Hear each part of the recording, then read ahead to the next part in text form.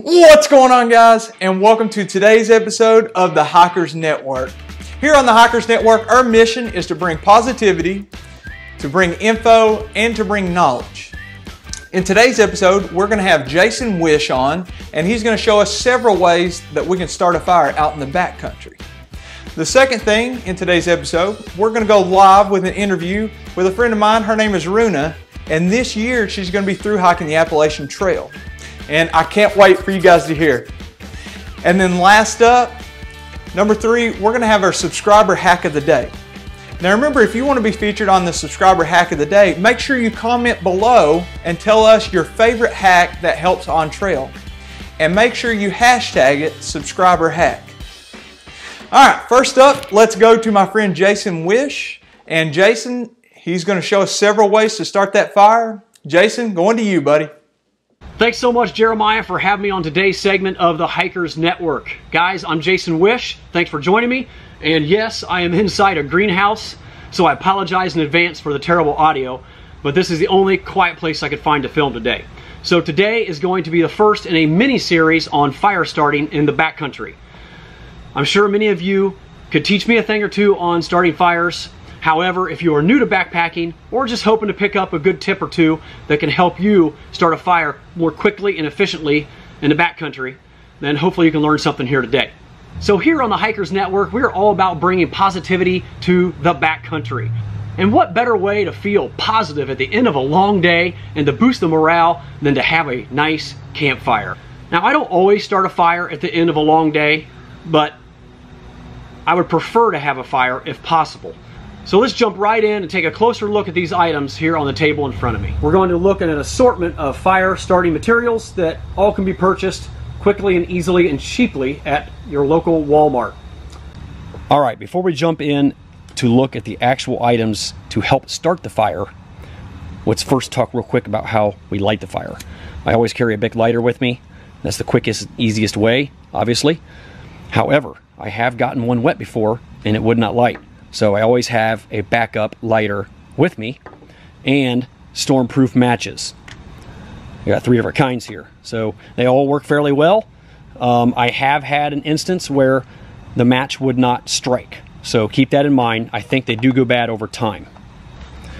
Now I always carry a magnesium rod as well. I don't have a lot of experience using these, but I figured as small and light as it is, it's great to have in my arsenal as a backup. Okay, here are some other items that I have used in the past that have all worked really well for me, except this one. I have not tried this one out in the backcountry yet. I just picked one of these up either at Walmart or Meijer. It's kind of crumbly and moist, but I'm sure it's going to work well. We'll definitely test that out next week. Now, I have used these quite a bit when I first started backpacking. They're like compressed cotton balls with some kind of oil-based compound in there that helps them light. The only problem with these is they're difficult to fluff up. They're pretty packed together and you got to really work at them to fluff them up. But once you do, they light really easily and stay lit really well. There's another version of one in here. It's kind of a moister material that kind of leaves a residue on your fingers. That's why I don't use that one very often, but it does work really well. This one here, kind of like compressed sawdust. They work really well as well. However, they tend to crumble up and make a mess, so I don't use these very often, but I always have one with me in my pack. Next up is an Esbet cube. Now, if you're not familiar with these are great to have as a backup fire starter because you can also use it to cook or boil your water on. You could set up stones on either side of it or logs, and the flame will rise several inches off the cube and you can boil your water right above the cube. The only downfall of these is they smell really bad, kind of like a rotten fishy smell, so you definitely want to put these in your bear bag that you hang if you're in bear country. Next up, and my very favorite, is InstaFire. Debuted on Shark Tank several years ago, I believe. This whole bag is only 1.75 ounces, but it's not necessary to take all of it with you. I dump a couple grams into a Ziploc bag, and that much right there will be enough to start at least 2 fires on a weekend trip. Now, if I'm going on a multi-day trip, closer to a week long, I would obviously take a little bit more, but this stuff is so light, so easy to light. And it says it burns on snow and floats and burns on water. So I have not tried that yet. We are going to put this stuff to the test next week for sure and see if that is true. Last but not least, one of my favorites, diesel fuel. Yes, this is diesel fuel off of the farm. It is tax-free diesel fuel. That's why it's red. It is ag diesel, not for road use, but we use this for driving our tractors on the farm. And I almost always take a little bottle of this with me because I never know if I'm going to need it to get a fire started when it's wet and snowy out. Alright guys, that's going to do it for today's segment. Thanks so much for joining me. Again, I'm Jason Wish. Stay tuned for next week's segment where we will be taking these items out into the real world and putting them to the test and see how well they actually perform. Until next time, sending it back to you, Jeremiah. Thank you, Jason. I really appreciate it, man. It's always a pleasure having you on, and I can't wait till the next episode when we actually get into seeing some of those fire starting techniques being put to use. All right, next up, number 2, we are going live to Runa, and Runa's going to tell us about her upcoming through hike of the Appalachian Trail. How's it going, Runa? It's going. How are you, Jeremiah? I'm doing well. It's great to hear from you. Before we get started with the interview, why don't you go ahead and tell everybody a little bit about yourself? Sure. I'm Runa. I just recently moved back to the United States from living in Korea for the past 3 years, and late next April I will be starting my through hike of the Appalachian Trail. So I'm really excited for my new adventure. Awesome, awesome. Well, let's hop right into the interview. I got a few questions for you, and I'm excited to join along on your journey as you document on YouTube. All right, first question. I want to know, how did you discover backpacking? Well, I discovered the outdoors by following my dad around while he would go squirrel hunting and rabbit hunting. But we didn't really do a lot of backpacking. So backpacking is something new that I started getting into the past year or so by hiking around Korea. But the truth is I've never been on a backpacking trip overnight in my whole life. So this new adventure is going to be new everything. You're going full force into it. I like it. Yep. Well, something my viewers don't know, or I'm sure most of them don't know, is squirrel hunting is my favorite type of hunting. So I think that's awesome that you kind of discovered the backcountry while following your dad around hunting. I love that. Yep. All right. Secondly, why are you going to be through hiking the Appalachian Trail? Oh, well, when people ask me that question, it's kind of hard to explain the kind of feeling I have inside. Sure. There's a saying that the trail calls to you, and that's about the closest I've come to it. It's a need to have to go on this adventure. It's not a want. I have to do it. But you know, there's also the other traditional excuses of, I want to see if I can do it, it's an adventure of a lifetime, but most importantly, it's probably the best time in my life to do it because I have the money and I have the time. So, but yeah, mainly I just feel like I need to be on the trail. So it's so rare for the stars to actually line up and for it to work out. And I love that you're taking grasp of it. And man, I'm excited for you. And it's amazing, unless people actually get out and backpack and have had that calling, it's just so hard to describe. You're right. There's like no words that you can use. Yeah, because like you're trying it's like they don't get it. Yeah, you're trying to explain it to your friends and family, but if they really don't have that pull to go on an adventure, it doesn't need to be the AT. It could be any adventure. They don't really understand why it's not an option to not go through with trying to finish the adventure. So I agree so much, and I wish it clicked with everybody, but you know what? Oh well, we all have our different passions, and that's okay. Next up, are you documenting your journey, and how and why are you going to do that?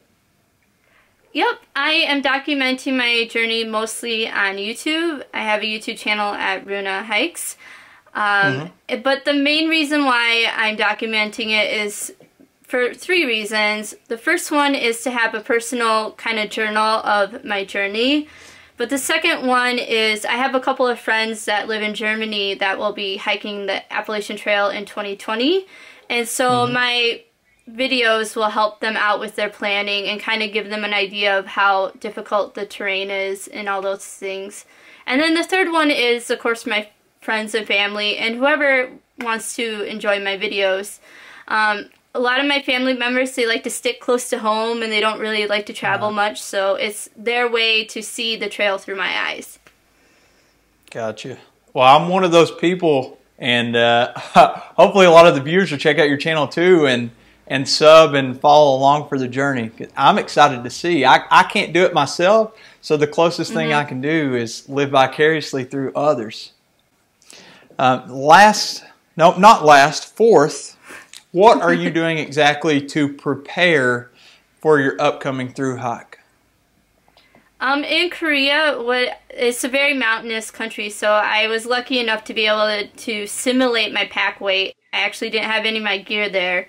It was too expensive, but I would put like rice and beans in my backpack and I would get it up to around 20 pounds and I go hiking up the mountain, down the mountain, so I could get an idea of what my starting baseline of endurance was. So that was really helpful. And then at home here and on the days that weren't such great weather, I do different kinds of exercises, like a lot of squats and lunges. I also do a full body HIIT workout that works out the arms and the legs and the stomach, everything. And that's what I've been doing to help prepare, along with researching about the trail and trying to get myself mentally prepared as well, because the trail, it is physical, but it's also very mental as well. It's, you know, it's funny that you say that, because that's exactly what I was thinking as you were describing, like all the things physically that you're doing, but people don't account for how mentally straining it is, just your emotional state, your mental state, something that has to factor in. And I think, if I'm not wrong, a couple of the main reasons that people quit is, you know, they're not ready physically, they're not ready mentally, they run out of money, or it's not what they thought it was going to be. So it sounds like you're already ahead of the curve and you're doing everything you need to do to help prepare. Well, I'm trying. That's really smart. Oh, I'm sure you're doing great. Well, something super interesting that I want to talk about real quick. Yeah. After watching your channel and getting to know you a little better, I found that you're a big fan of dragons, and your latest video that I recently watched, you're asking for people to help name a dragon or two that you're going to be taking on trail with you as you document. So can you tell us a little bit about that? So in 2013, I decided to pay off all my school loans. It was the only debt I really had, and I wanted to put a little bit more of a positive spin. So I turned my debt into a dragon that I named Draxel. And ever since then, when I do a major financial goal or a major adventure goal, I create a new dragon. And on this trip, I'm going to get him here, I'm bringing this little guy. I don't know how well this will zoom in. I'll send a picture. But yeah, so this little guy's going to come with me on my trip, and I'll take pictures with him or her. I haven't decided yet. I haven't named him.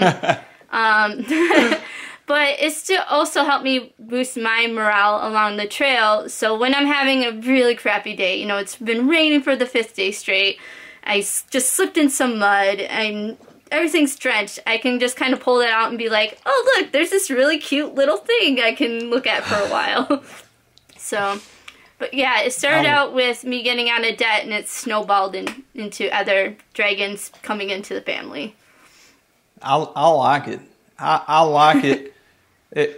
Just another dynamic. And why don't you all comment below and suggest some names that you think would be appropriate for Runa's dragon that she's going to be documenting with. And if that's okay with you, Runa. Yeah, sure. I mean, there's been a couple that have been suggested, but not very many. So I'm still searching for a name at the moment. Well, I'd love to see what our viewers come up with. I'm sure it'd be entertaining. All right, Runa. Well, that's all the questions I have for you today. I'm just excited to see you get out there on the trail and get rocking and rolling and started.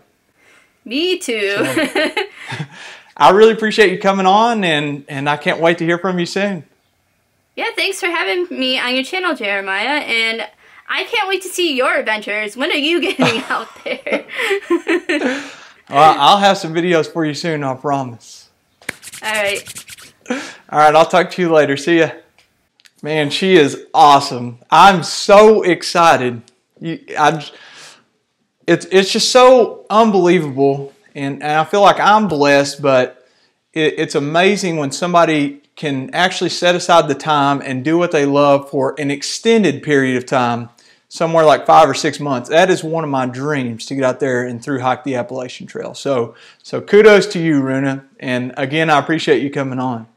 Last up, we are going to have our subscriber hack of the day. And today's subscriber hack of the day comes from Anne-Marie68. And Anne-Marie says, instead of buying one of those sit pads, you can get whatever brand you want. I have a Thermarest Z seat myself. Check this out. Do you know what this is? This is insulation. You can buy, I bought it at Lowe's, it's $15 a roll. And you can use that and cut out a small square of it to use as a sit pad. Now, I made a pot cozy out of mine, and it helps keep my food warm after I've cooked. But Anne-Marie says that she uses a 16 by 20 inch square of it. And another place you can find it is, you know the mats that you unfold and put in your window of your vehicle? That's another great place to get some of this insulation, the silver mats.